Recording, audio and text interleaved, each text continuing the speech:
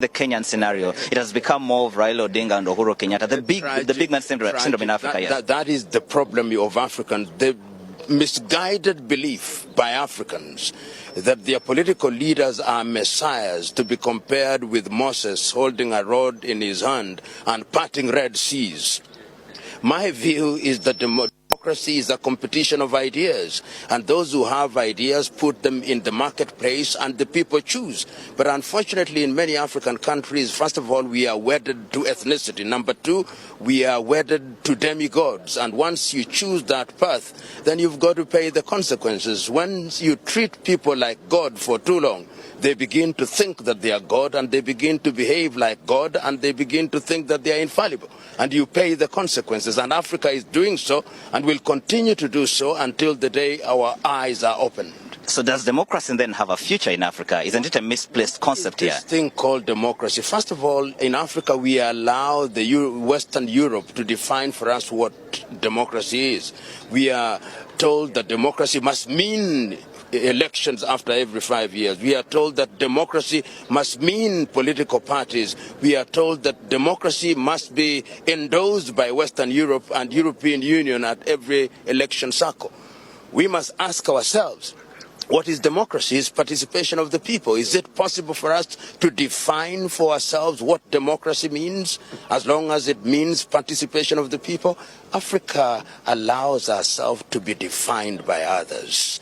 And that is my pain and our tragedy. Does Africa have the capacity to define itself, putting into perspective the colonial injustices, the level of poverty, and the dependence on foreign aid to run African affairs? We are not the only people who are colonized. The Indians were colonized. The Chinese had an element of colonization. The Koreans were colonized. There is a sense in which we must now liberate ourselves from this argument that colonization and slavery cannot be taken out of our reasoning. I believe we have the capacity, and there is no shortage of Africans who are speaking from different corners of the world. But unfortunately in Africa, despite the best intentions of the best of us, we are incapable of giving those people the opportunity to serve.